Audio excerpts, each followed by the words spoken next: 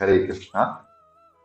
तो इसके पहले हमने देखा था कि किस तरीके से पांडव राज्य कर रहे हैं। भगवान का वियोग उनसे सहा नहीं जाता है।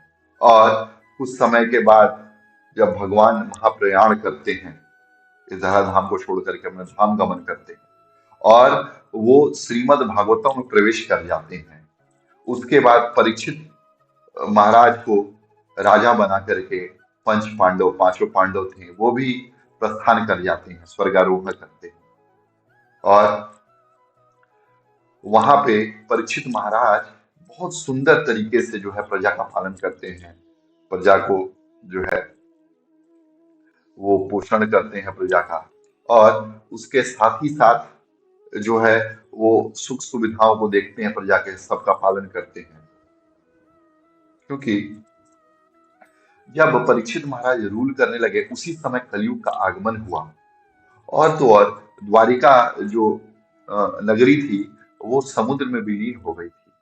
तो उसको बचाने के लिए और वहां से जो जितने लोग बच गए थे, भगवान कृष्ण के प्रपुत्र वज्रनाभ जी और बहुत सारी भगवान कृष्ण की पत्नियां और स्त्रियां द्वारिका की, वो जो है आकर के फिर से उनको दोबारा बसाया गया मथुरा में। और जैसे परीक्षित महाराज राज्य कर रहे थे, बहुत सुंदर तरीके से राज्य कर रहे थे वो। और बद्रीनाथ जी को अपना भाई मानते थे, क्योंकि उनको याद था कि भगवान कृष्ण ने कैसे गर्भ से में उनकी रक्षा की है ब्रह्मास्त्र से, अश्वत्थामा के। तो वो लोग जो हैं फिर भगवान के ऋणी हो गए थे परीक्षित महाराज। इसलिए उन्होंने जो है बद्रीनाथ जी को जो है मथुरा में बसाया और अलग अलग जगह पे अनेक मंदिरों की स्थापना करी। और ये मंदिर अलग अलग जगह पे हैं। आज भी बद्रीनाथ जी के स्थापित किए हुए बहुत सारे मंदिर यहाँ पर हैं। भगवान कृष्ण का जो मंदिर है नंदगांव में है, जो बद्रीनाथ जी के द्वारा स्थापित किया गया था। बाद में भगवान चैतन्य महाप्रभु ने उसकी खोज की। बहुत सारे ऐसे स्थलियों को खोजा गया और वहां पे अनेक राधा कृष्ण के जो दिव्य लीला स्थलियां थी, वो खोज करके वहां फिर से उनका जीर्णोद्धार जो है पुनरुद्धार किया गया। और परीक्षित महाराज धर्म से पूरे पृथ्वी पे राज्य करने लगे। वो जहां भी जाते अपने पितामहों के वीर और शौर्य की गाथा को सुनते, क्योंकि अर्जुन अनेक जगह पे गए थे, वहां पे वो धर्म के आधार पर जीत करके आए थे। और उनके जितने पूर्वज थे परीक्षित महाराज के, सबकी वो प्रशंसा सुनते। भगवान कृष्ण का नाम का कीर्तन हर तरफ चलता। लेकिन एक समय की बात है जब अधर्म बढ़ने लगा और उस समय जो है परीक्षित महाराज को दिग्विजय के लिए जाना था। लेकिन इधर मथुरा में भगवान कृष्ण की जो रानियां थी वो बहुत उदास थी, दुखी हुआ करती थी। लेकिन कालिंदी देवी जो थी भगवान की पत्नी, वो बहुत प्रसन्न हुआ करती थी, बहुत आनंद में रहती थी। तो सारी रानियों ने उनसे पूछा कि हे कालिंदी, तुम क्यों जो है प्रसन्न हो? भगवान कृष्ण तो चले गए हैं। हाँ, यस्य क्षण वियोगेन न अप्रिय दर्शनम। कुछ भी प्रिय जो है दर्शन नहीं हो मिलता है भगवान के एक क्षण के वियोग से। और भगवान तो हमेशा के लिए धराधाम से चले गए हैं। हाँ, कैसे हम जी रही हैं दुख में, कष्ट में, लेकिन तुम हो आनंद में हो। बताओ कालिंदी क्या बात है? और तुम तो हमारी प्रिय बहन हो, हमारे साथ शेयर करो, हमको बताओ। क्योंकि एक बहन जो है अपनी बहन से कुछ नहीं छुपाती है, एक सुहृद अपने सुहृद से कुछ नहीं छुपाता है, सब कुछ बताता है। तुम भी बताओ। तब राधा रानी के विषय में कालिंदी बताती हैं, क्योंकि वृंदावन जो क्षेत्र है राधा रानी का है। तप्त कांचन गौरांगी श्री राधे वृंदावनेश्वरी, वृषभानु सुते देवी प्रणमामि हरि प्रिय। हाँ, राधा रानी जो है भगवान कृष्ण भगवान हरि की प्रिय है। और वृंदावनेश्वरी है। मैंने उनकी किंकरत्व ले लिया है, मैं उनकी दासी बन गई हूँ, उनको मैंने अपनी स्वामिनी मान लिया है।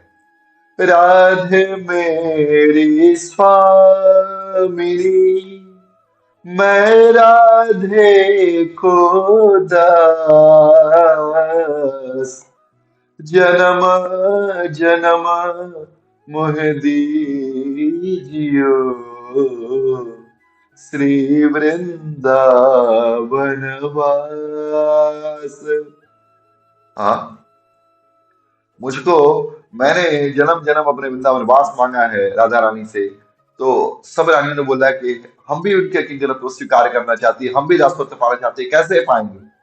तो उन्होंने बोला कि यहाँ पे उद्धव कुंड है, वहां पे उद्धव जी एक लता फता के रूप में रहते हैं। आज भी वो उद्धव कुंड आप जाएं तो आप देख सकते हैं। वो उद्धव कुंड जो है गोवर्धन में स्थित है। वहां पे उद्धव जी जो है लताओं के रूप में रहते हैं। और अगर जब हम वहां पे जाएंगी, सब लोग मिल करके वहां पे कीर्तन करेंगे, तो उद्धव जी जो है प्रकट होंगे और हमको श्रीमद् भागवतम की कथा सुनाएंगे। जो श्रीमद् भागवतम की कथा है, ये भगवान राधा और कृष्ण से अभिन्न है। ये कथा जो है श्रीमती राधा रानी का ही स्वरूप है। और इस कथा को जो व्यक्ति सुनता है, भगवान कृष्ण से प्रेम की प्राप्ति होती है। तो इस कथा को श्रवण करना है। सब रानियां जो है तैयार हो जाती हैं और वो जाती हैं। वज्रनाभ जी भी साथ में जाते हैं, परीक्षित महाराज भी साथ में आते हैं। लेकिन वज्रनाभ जी जब कीर्तन करते रहते हैं और उद्धव जी प्रकट होते हैं कथा के लिए, उस समय उद्धव परीक्षित महाराज को कहते हैं, हे महाराज परीक्षित, आप जो है कलयुग पे विजय के लिए जाइए, क्योंकि कलयुग जो है अधर्म फैला रहा है, और तब तक मैं कथा कहूंगा। लेकिन आप चिंता मत कीजिए, कथा श्रवण जो है पूरा संसार तभी करेगा जब आप कथा श्रवण कर लोगे। अभी तो हम कथा कर रहे हैं, लेकिन आपके माध्यम से ही सारा संसार कथा श्रवण करेगा। आप जाइए, जाकर के कलयुग पे विजय कीजिए।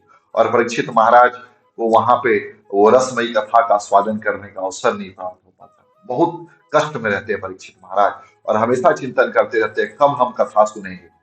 हाँ, श्रीमद् भागवती वार्ता सुराणाम अपि दुर्लभ। ये जो श्रीमद् भागवतम की वार्ता है, ये देवताओं के लिए अति दुर्लभ है। और मुझ जैसा मनुष्य इसको सुनने का अवसर प्राप्त है, लेकिन मैं नहीं सुन पा रहा हूँ, और इस कष्ट में दुखित होते हैं। लेकिन उद्धव जी का आदेश था तो उनको जाना पड़ता है। और उद्धव जी कथा करते, 1 महीने कथा चलती है। भगवान कृष्ण और राधा रानी प्रकट होते हैं कीर्तन करते हुए, और सारी रानियों का दुख जो है दूर करते हैं, और नित्य लीला में सब प्रवेश हो जाते हैं। और परीक्षित महाराज इस तरह से जाते हैं और कलयुग का दमन करने का प्रयास करते हैं। तो जैसे ही वो जाते हैं, देखते एक काला व्यक्ति राजाओं का वेश धारण किए हुए है, और जो है गौ माता को कष्ट दे रहा है, वो बैल को कष्ट दे रहा है।